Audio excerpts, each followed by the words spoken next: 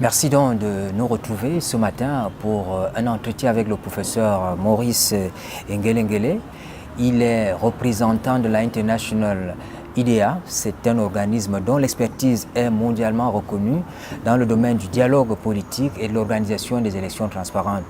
Il est venu à Yaoundé porter un appui scientifique et technique à l'école citoyenne et politique de Yaoundé, qui a eu organisé en fin de semaine dernière une session de formation sur un thème bien précis, à savoir les réseaux sociaux, la dynamique des réseaux sociaux dans un contexte d'élection comme cela va se passer au Cameroun. Professeur, merci de nous accorder ces quelques minutes pour comprendre le fond de votre pensée. On sait que partout ailleurs comme au Cameroun, à l'occasion de ces élections qui arrivent, il y a donc un élément nouveau qui va s'ajouter, à savoir l'espace virtuel, les réseaux sociaux, Facebook, Instagram et les autres. Alors, est-ce que pour vous qui vous occupez des questions d'organisation des élections de manière transparente, est-ce que c'est un danger pour les Camerounais qui doivent aller au vote? Est-ce que c'est un avantage?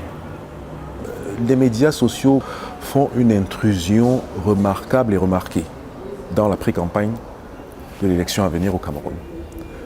Ce phénomène ne doit pas s'apprécier sur le court terme, mais est le début d'une tendance longue qui va invariablement et de manière inéluctable affecter la dynamique politique au Cameroun. Comment apprécier cette intrusion, cette irruption? De deux manières. Il y a un côté positif de l'utilisation des médias et des réseaux sociaux par les acteurs politiques pendant les campagnes. Ils peuvent faire ce qu'on appelle en anglais le micro-targeting, c'est-à-dire envoyer des messages ciblés à des électeurs potentiels qu'ils ciblent. Ils peuvent faire du canvassing, la mobilisation des ressources. Ils peuvent faire également de la veille de l'information et de la veille de leur présence, de leur visibilité sur les médias sociaux. Donc c'est inéluctable, il y a un côté positif, c'est celui-là. Mais il y a aussi, et c'est ça qu'on doit déplorer, le fait que les médias et les réseaux sociaux soient souvent utilisés de manière, je vais dire, contraire à ce qui pourrait permettre des élections sincères et transparentes. Je prends par exemple la diffusion de messages de haine. Je prends par exemple l'atteinte à la vie privée des adversaires. Je prends par exemple la diffusion de Fox News, ce qu'on appelle fake news, les fausses nouvelles. Donc face à cette ambivalence, face à cette dualité de l'irruption des médias sociaux dans le processus électoral camerounais, il apparaissait normal que nous répondions à l'invitation de l'école politique et citoyenne et de l'Assemblée nationale du Cameroun, tous les députés représentés à l'Assemblée nationale du Cameroun, pour débattre de cette question-là. Alors, vous l'évoquez si bien, le risque d'instrumentalisation partisane des acteurs politiques à travers les réseaux sociaux est assez élevé. Finalement, qui a peur? C'est l'acteur politique, c'est la société? Est-ce qu'on ne va pas droit vers la violation d'un droit qui est international, le droit à la communication, lorsqu'on tente de supprimer les réseaux sociaux pendant les élections? Pas du tout. Pas du tout, ce n'est pas notre perspective. Nous avons été très clairs et je crois que la première session de la plateforme hier portait sur cette question précisément. Est-ce qu'on ne part pas d'un a priori négatif par rapport aux médias et aux réseaux sociaux? Eh bien non. Nous sommes complètement ouverts à l'utilisation des médias et réseaux sociaux dans les campagnes électorales. Seulement, nous tenons aussi à ce que l'intégrité et la sincérité des processus électoraux soient garanties. Il faudrait donc qu'on puisse, de manière, je dirais, proactive, anticiper sur les potentiels travers. Figurez-vous qu'en l'occurrence, nous répondons à une demande. Nous avons été invités par l'école politique et citoyenne, qui elle-même se faisait le relais de tous les députés représentés à l'Assemblée nationale du Cameroun pour réfléchir à cette question-là. Ça veut dire qu'il y a une problématique fondamentale qu'ils ont captée. Et c'est leur rôle. C'est leur rôle.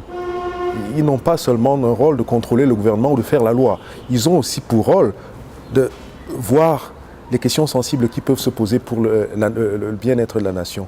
Ils nous ont invités parce qu'effectivement, nous avons un travail comparatif que nous avons mené dans le monde sur toutes ces questions-là, en Amérique latine, en Amérique du Nord, en France il n'y a pas longtemps, en Russie, en Afrique du Sud, au Kenya, au Ghana, au Nigeria. Et nous sommes venus modestement leur dire ce que nous avions découvert sur le terrain et leur dire voilà ce que vous pouvez faire. Et à la suite de nos échanges, de 2 jours d'échanges, le projet de code de conduite sur lequel tous se sont mis d'accord est extrêmement novateur. Je crois même qu'il y a des éléments qui vont enrichir la réflexion d'International IDEA. Partout ailleurs, vous êtes un organisme international, vous avez effectué des voyages, vous venez d'en parler tout à l'heure. Il y a cette tendance à supprimer, à fermer un peu, si vous me passez l'expression, à fermer les réseaux sociaux pendant le déroulement des scrutins. C'est un avantage, c'est une bonne chose pour ceux qui pensent qu'il faut aller dans ce sens-là? Non, on n'a pas tendance à fermer. La tendance est, il arrive. Il y a des pays où nous avons ce problème. Il y a des pays où nous avons ce problème-là. Et notre rôle, c'est d'amener les décideurs de ce point de vue-là à avoir une autre approche.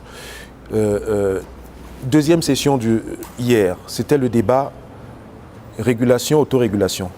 C'est celui-là que vous posez. Et la conclusion, et je vous avoue que j'ai été impressionné par la contribution des parlementaires camerounais de tous les partis politiques, qui disaient d'abord l'autorégulation, la régulation venant en complément. Et la régulation, c'est-à-dire un code de conduite consensuel qui n'est pas un instrument juridique, mais qui est un gentleman agreement pris entre les acteurs politiques et qui consiste à respecter un ensemble de principes cardinaux dans l'utilisation des médias sociaux pendant la campagne électorale. Voilà des parlementaires qui ne disent pas on ferme et qui ne disent pas on va appliquer la loi tout de suite. Ils disent non, on va s'entendre sur un certain nombre de principes et si ça ne marche pas, éventuellement, nous pourrons avoir recours à la loi. Et ils ne disent pas fermer. Donc, effectivement, dans certains pays, nous avons eu des problèmes de coupure. Mais au Congo-Brazzaville, par exemple, pour ne pas le citer. Mais ce n'est pas la tendance générale.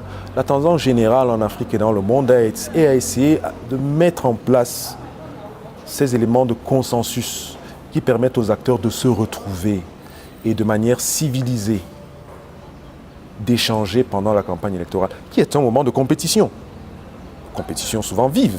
Alors, quand on parle d'autorégulation, cela suppose qu'on a en face des acteurs qui se respectent, oui, qui ont une idée bien précise, oui, de l'espace politique. Oui. Mais les utilisateurs des réseaux sociaux, ce n'est pas toujours ça.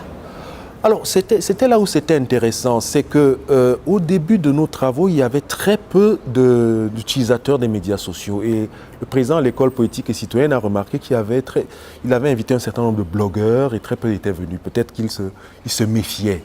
C'était à l'Assemblée nationale, il y avait les membres du gouvernement, qu'est-ce qu'on allait faire? Et puis, progressivement, on a vu la salle se remplir de personnes qui se présentaient en disant « moi je m'appelle tel, j'anime la plateforme telle, nanana ». Et c'est des gens qui se sont impliqués dans les échanges, qui se sont impliqués dans les débats, qui nous ont montré même les failles qu'il faut éviter pour arriver à une autorégulation consensuelle.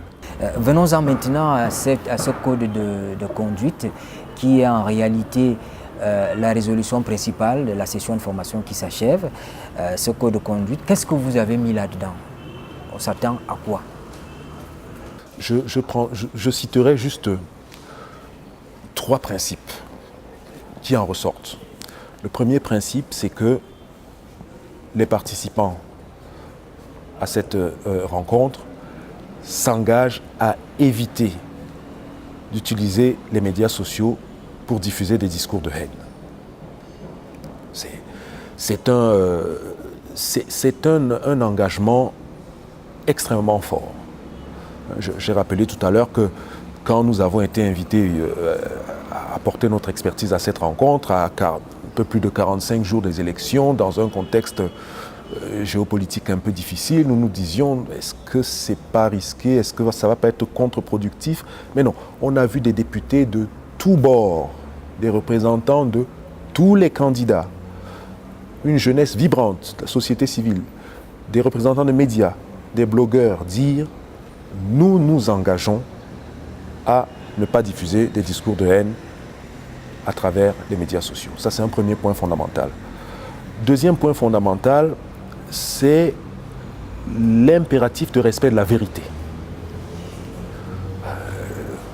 Voilà des gens qui ne sont pas journalistes professionnels comme vous, qui sont en train de prendre un engagement qui va être extrêmement difficile à respecter par eux. Hein? Le recoupement de l'information, la vérification, hein? Tout ce travail qu'il faut faire avant de diffuser. Vous imaginez un peu ce que ça demande pour certains qui ont l'habitude juste de transférer les messages qu'ils reçoivent sans les vérifier, sans citer leurs sources, ce que ça demande comme travail de changement de comportement. Troisième grand principe qui est posé, c'est le respect de la vie privée des adversaires politiques dans la diffusion des messages à travers les médias et réseaux sociaux. Je crois que c'est extrêmement important. Je vous disais tout à l'heure que nous avons même reçu, pour nous, International IDEA, ça a été instructif. Parce qu'il y a la question du bilinguisme qui est venue. Le respect des différences linguistiques.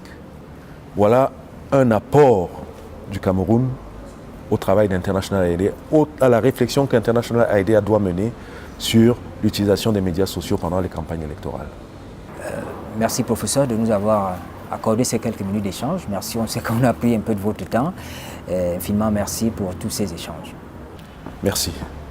Et vous pouvez m'appeler Maurice, tout simplement.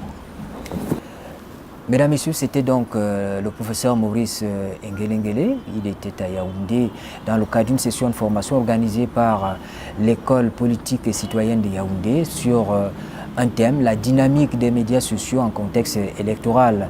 Et lui, il vient d'un organisme, la International IDEA, c'est un organisme dont l'expertise est mondialement reconnue dans le cadre du dialogue politique ou l'organisation des élections transparentes et libres dans les pays. Merci d'avoir été avec nous. Bonne suite des programmes sur la CRTV.